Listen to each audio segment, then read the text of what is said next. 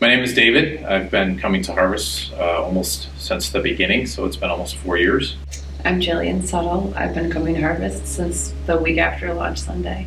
I'm Austin, and I've been coming to Harvest for almost 6 months now. I'm Sharon, and I've been coming to Harvest since July of 2020, so pretty recent.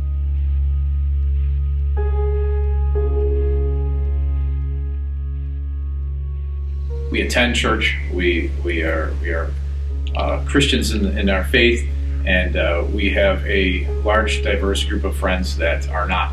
So we've had opportunities to reach out to them, and we're going to talk a little bit about some of those opportunities and some of the friends that we've had an opportunity to share the gospel with.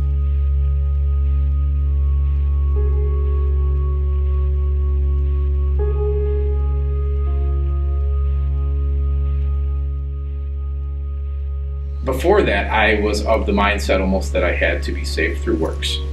Being raised Catholic, it just seemed at the time that that's what I had to do. But coming to that realization that that wasn't the case was such a relief to me, and it gave me such confidence in my own faith and my ability to share my faith with others.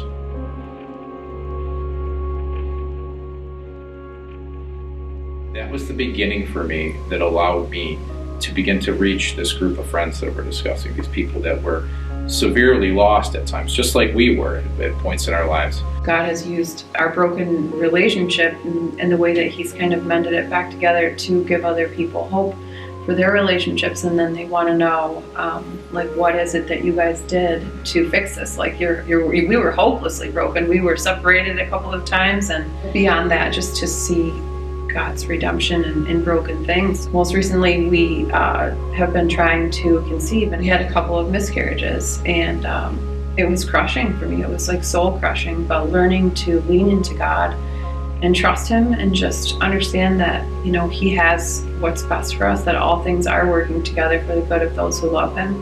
And really believing that, deep down in your heart, that will change you. And when people see that you believe that God is really working out everything in your life for your good, whether you can see it now or not, when you really believe that, it's a powerful thing.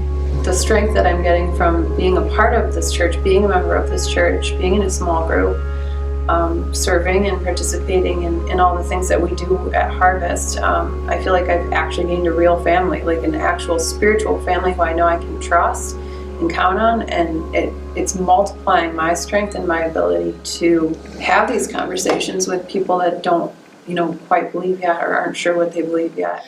So I was looking for a church for a little while now, grew up in a Christian home, but kind of lost my way a little bit in my 20s and wasn't walking closely with God. I sort of, similarly to Sharon, started falling out, kind of into bad habits. Sharon and I were together, and I grew up in a Catholic home. We'd go to church every Sunday. I went to church school from the time I was in first grade until, a senior in high school, and none of it really seemed to resonate with me, or I guess I didn't really understand exactly the importance of it. I just thought, it's another thing you go and do, and then once you're out of church school, then you're done.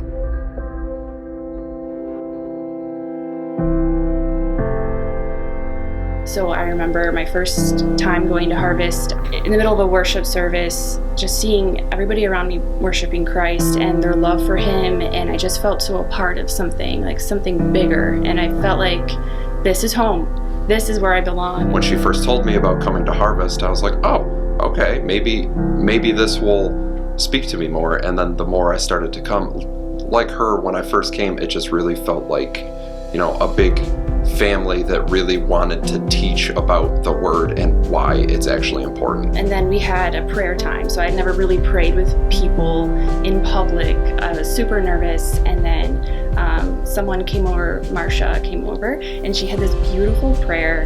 It was out of the Psalms, and I just could feel the love she had for God. And it was just it was rubbing off on me, and I just wanted to have that hunger and that thirst. And then I got involved in small groups, and I've just never felt so comforted and supported in my life, and I've never felt this close to God before. And it's I just have this brand new family. Fast forward probably 2 months into coming, Ricky had a great sermon on Exodus and the story of God choosing Moses and saying, you are the guy, you are the guy. And even though Moses kept saying, no, I'm not, Exodus 4:11, God said, you don't think you're good enough, but who made you? Like, look at who made you. And that just really, really stuck with me. And that is what ended up leading to me being saved and putting my faith in Jesus. And then being baptized, that was incredible. I've always wanted, I knew I should be baptized. I never really did it. I never made that public confession. And coming up from the water just felt like, okay, I belong, and this is something I'm doing in front of people, and I want them to know about it. And it's just an awesome experience.